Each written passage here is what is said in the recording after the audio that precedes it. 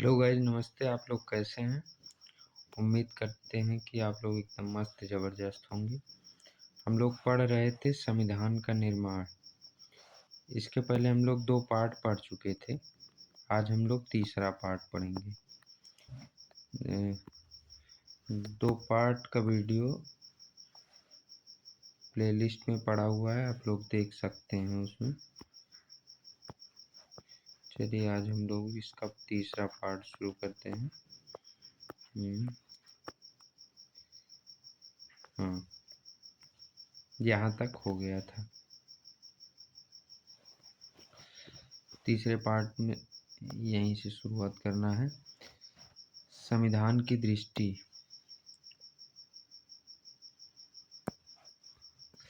13 दिसंबर 1946 को जवाहरलाल नेहरू ने संविधान सभा के सामने उद्देश्य प्रस्ताव पेश किया। एक खूब क्वेश्चन पूछा जाता है कि उद्देश्य प्रस्ताव किसने लाया और कब पेश किया गया। और ये भी पूछा जाता है संविधान सभा की जो पहली बैठक कब हुई थी। तो 8-9 दिसंबर 1946 को। ऑप्शन में कभी 8 देता है, कभी 9 देता है, तो दोनों सही माने जाते। किसी में 8 रहता है, किसी में 9 रहता है। ज़्यादातर 9 ही सही होता है, तो आप 9 दिसंबर 1946 इसलिए मान सकते हो। यह एक ऐतिहासिक प्रस्ताव था जिसमें स्वतंत्र भारत के संविधान के मूल उद्देश्य, मूल आदर्शों की रूपरेखा प्रस्तुत की गई थी। जैसे संविधान हमारा कैसा होगा उसकी रूपरेखा प्रस्तुत की गई थी उद्देश्य प्रस्ताव के द्वारा। और वह फ्रेमवर्क सुझाया गया था जिसके तहत संविधान का कार्य आगे बढ़ाना था। इसमें भारत को एक स्वतंत्र संप्रभु गणराज्य घोषित किया गया था। नागरिकों को न्याय, समानता, स्वतंत्रता का आश्वासन दिया गया था और यह वचन दिया गया था कि अल्पसंख्यकों, पिछड़ों व जनजातीय क्षेत्रों एवं दमिन व अन्य पिछड़े वर्गों के लिए पर्याप्त रक्षात्मक प्रावधान किए जाएंगे। मतलब इसमें व्यवस्था दी गई थी अल्पसंख्यक, पिछड़े और जनजाति के लिए रक्षात्मक व्यवस्था दी गई थी। पूरी तरह से इनको रक्षित किया जाएगा, इन्हें प्रॉपर रक्षा दी जाएगी। इन उद्देश्यों को रेखांकित करते हुए नेहरू ने भारतीय प्रयोग को एक व्यापक ऐतिहासिक संदर्भ में प्रस्तुत किया। इस अवसर पर बोलते हुए उन्होंने यह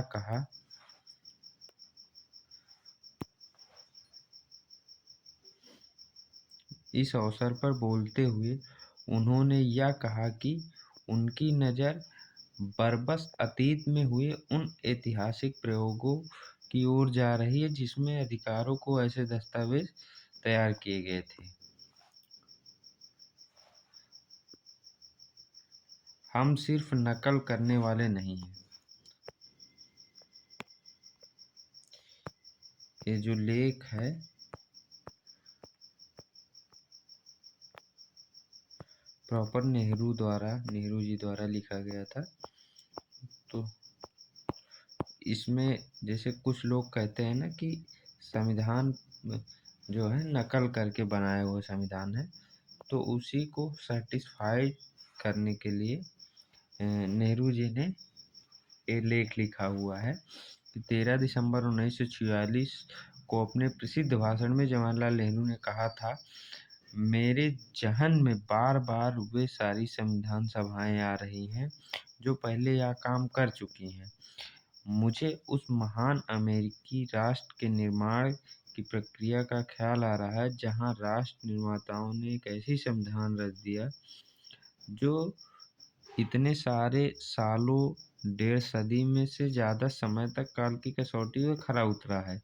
मतलब इनके कहने का मतलब है कि अमेरिका में एक ऐसी संविधान सभा का निर्माण किया गया जिसने ऐसा संविधान बना दिया कि वो अभी तक की कसौटी पर खरा, वर्तमान समय की कसौटी पर पूरी तरह से खरा उतर रहा है।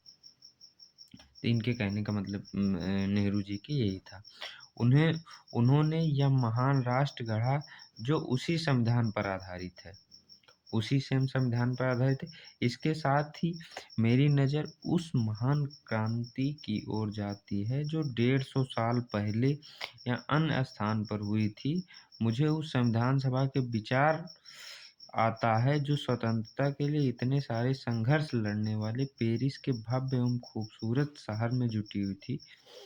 उस संविधान सभा में कितनी मुश्किलों का सामना किया था और किस तरह राजा और तमाम अन्य अधिकारी उसके रास्ते पर रोड़ा बन रहे थे। इतिहास के ये सारे अध्याय बरबस मुझे याद आ रहे हैं। सदन इस बात को याद रखेगा कि जब इस तरह की मुश्किलें आई और जब उन संविधान सभाओं के लिए एक कमरा तक नहीं दिया जा रहा था, तो उन्होंने टेनिस के खुले मैदान में सभा की थी और शपथ ले ली, जिसे टेनिस कोर्ट की शपथ के नाम से जाना जाता है। टेनिस कोर्ट की शपथ के नाम से जाना जाता है। उन्होंने राजाओं या अन्य ताकतों की रुकावटों के बावजूद अपनी बैठक जारी रखी और तब वहां से नहीं हिले जब तक उन्होंने अपना पूरा काम नहीं कर लिया था। मुझे विश्वास है कि हम भी उसी शुद्ध भावना से यहाँ इकट्ठा हुए हैं और चाहे हमारी बैठक इस कक्ष में हो या कहीं और, चाहे खेतों में हो या बाजार में, हमारी बैठकें तब तक जारी रहेंगी जब तक हम अपना काम पूरा नहीं कर लेंगे। इसके साथ ही मुझे हाल की एक क्रांति का विचार आता है जिसमें एक नए किस्म के राज्य का जन्म हुआ। यह रूस की क्रांति थी। उसी समय रूस की भी क्रांति थी जिसने दुनिया के एक शक्तिशाली देश के रूप में सोवियत समाजवादी गणराज्य का जन्म दिया। आज यह देश दुनिया में अति प्रतिम भूमिका निभा रहा है। यह न केवल दुनिया का ताकतवर देश बल्कि हमारा पड़ोसी भी है। ये सारे महान प्रयोग हमारे सामने हैं। हमें उनकी सफलताओं से सीखना है और विफलताओं से बचने का प्रयास करना है। देखिए, बहुत ही अच्छी लाइन है कि किसी की सफलता से आप सीख सकते हैं, उनकी विफलता से बचने का प्रयास कर सकते हैं। हो सकता है हम उन्हीं विफलताओं से बचने में सफल ना हो पाएँ, क्योंकि किसी भी इंसानी कोशिश में थोड़ी बहुत नाकामी की गुंजाइश तो रहती ही है। कोई भी इंसान प्रॉपर एकदम 100% अच्छा तो हो नहीं सकता है, थोड़ा बहुत तो कमियां सब में रहती हैं। परंतु मुझे विश्वास है कि तमाम रुकावटों और कठिनाइयों के बावजूद हम आगे बढ़ेंगे और उस सपने को प्राप्त साकार करके ही दम लेंगे जिसे हम अरसे से अपने दिलों में संजोए बैठे हैं। हमने एक स्वतंत्र संप्रभु गणराज्य की स्थापना का दृढ़ और पवित्र संकल्प लिया है। भारत का संप्रभु होना ठीक होना नियत है, इसका स्वतंत्र होना गणराज्य स्वाभाविक है। कुछ मित्रों ने सवाल उठाया, आपने यहाँ लोकतांत्रिक शब्द क्यों नहीं रखा? लोकतांत्रिक शब्द क्यों नहीं रखा? मैंने उन्हें कहा कि निसंदेह यह सोचा जा सकता है कि कोई गणराज्य लोकतांत्रिक ना हो, परंतु हमारा पूरा इतिहास इस तथ्य का साक्षी है कि हम लोकतांत्रिक संस्थाओं के ही पक्षधर हैं। स्वाभाविक है कि हमारा लक्ष्य लोकतंत्र है। लोकतंत्र से कुछ भी नहीं है, लोकतंत्र से कम कुछ भी नहीं। यह लोकतंत्र कैसा होगा, इसकी शक्ल सूरत कैसी होगी, यह अलग मसला है। आज के लोकतंत्रों ने दुनिया की प्रगति में जबरदस्त भूमिका निभाई है और उसमें बहुत सारे यूरोप तथा अन्य स्थानों का देश है, परंतु यह संदेहजनक हो सकता है कि मगर आप अपनी पूरी तरह लोकतांत्रिक बना रहना है तो न जाने कब उन लोकतंत्रों को अपनी पूरी शक्ल सूरत थोड़ी बहुत बदलनी पड़ती। मैं आशा करता हूँ कि किसी कथित लोकतांत्रिक देश की एक खास लोकतांत्रिक प्रणाली का या उसकी संस्थाओं विशेष की हम सिर्फ नकल करने वाले नहीं हैं। हो सकता है कि हम उससे बेहतर रच दें। बहरहाल किसी भी सूरत में हम यहाँ जैसी चाहे सरकार बनाएं या हमारे लोगों के स्वभाव के अनुरूप और उन्हें स्वीकार जरूर होनी चाहिए। हम लोकतंत्र के हक में हैं। यह इस सदन को तय करना है कि इस लोकतंत्र पूर्णतम लोकतंत्र का स्वरूप कैसा होगा। सदन इस बात को देख सकता है। यद्यपि इस प्रस्ताव में हमने लोकतांत्रिक शब्द का इस्तेमाल नहीं किया है क्योंकि हमें लगा कि यह तो स्वाभाविक ही है कि गणराज्य शब्द में यह शब्द पहले ही निहित होता है।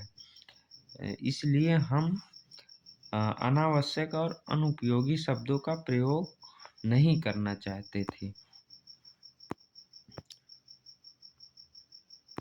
हमने सब लोकतंत्र की ही नहीं आर्थिक लोकतंत्र की अंतर्वस्तु प्रस्तुत की है। अन्य सदस्यों को इस बात पर आपत्ति हो सकती है कि इस प्रस्ताव में हमने भारत को एक समाजवादी राज्य बनाने का उल्लेख क्यों नहीं किया है। यहाँ मेरा केवल इतना ही कहना है कि मैं समाजवाद का समर्थक हूँ। मुझे आशा है कि एक दिन भारत भी समाजवाद के पक्ष में होगा। वहीं भारत एक समाजवादी राज्य की स्थापना के मार्ग पर चलेगा और मुझे पूरा विश्वास है कि एक दिन पूरी दुनिया को इसी मार्ग पर चलना होगा। संविधान सभा बहस खंड 1। यही समय पंडित जवाहरलाल नेहरू ने संविधान सभा में यही जो भाषण है यही इसी को प्रस्तुत किया है। इसी को उद्देश्य प्रस्ताव के नाम से जाना गया। कभी कभी पूछा जाता है एग्जाम में कि उद्देश्य प्रस्ताव किसने लाया था, उद्देश्य प्रस्ताव कब लाया गया था, मतलब डेट पूछ ली जाती है। यही सबसे ज़्यादा 2 क्वेश्चन इम्पोर्टेंट है। उद्देश्य प्रस्ताव किसने लाया था, उद्देश्य प्रस्ताव कब लाया गया था। ठीक। आपको पता है पंडित जवाहरलाल नेहरू जी ने लाया था। कब लाया गया था? 13 दिसंबर 1946 को। मतलब जिस संविधान सभा की पहली मीटिंग हुई थी वो चौथे दिन आई थी।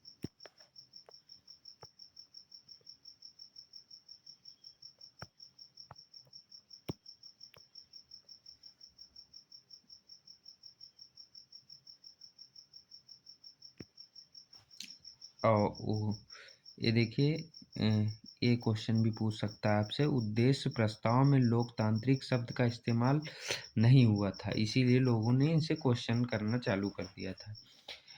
नेहरू के भाषण स्रोत 1 की सावधानी से पड़ताल की जानी चाहिए। उसमें क्या कहा जा रहा है? नेहरू के अतीत प्रेम से क्या पता चलता है? संविधान की सृष्टि को निर्धारित करने वाले विचारों के उद्गम के बारे में वह क्या कह रहे हैं? अतीत की ओर जाते हुए अमेरिकी और फ्रांसीसी क्रांति का हवाला देते हुए नेहरू भारत में संविधान निर्माण के इतिहास को मुक्ति स्वतंत्रता के एक लंबे ऐतिहासिक संघर्ष का हिस्सा सिद्ध कर रहे हैं। वह भारतीय संघर्ष के ऐतिहासिक महत्व को अतीत के क्रांतिकारी क्षणों के समकक्ष बता रहे हैं। लेकिन नेहरू के कहने का आशय यह नहीं है कि उन घटनाओं को आज के लिए ब्लूप्रिंट मान लिया जाए या कि उन क्रांतियों के विचारों को बिना सोच विचारे भारत पर लागू किया जा सकता है। वह किसी खास तरह के लोकतंत्र को अपनाने का विरोध करते हैं और कहते हैं कि हमारे लोकतंत्र की रूपरेखा हमारे बीच होने वाली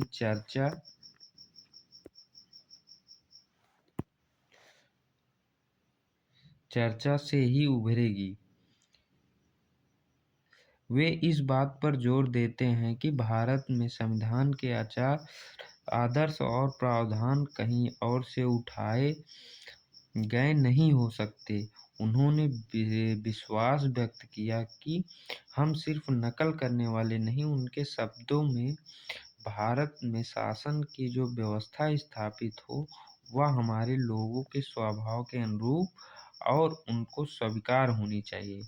पश्चिम में यह एह, पश्चिम से यहाँ की उपलब्धि और विफलताओं से सबक लेनी जरूरी है, लेकिन उन्हें याद रखना चाहिए कि पश्चिमी समाजों को भी अन्य स्थानों पर हुए प्रयोगों से बहुत कुछ सीखना पड़ा था और लोकतंत्र की अपनी अवधारणा बदलनी पड़ी थी।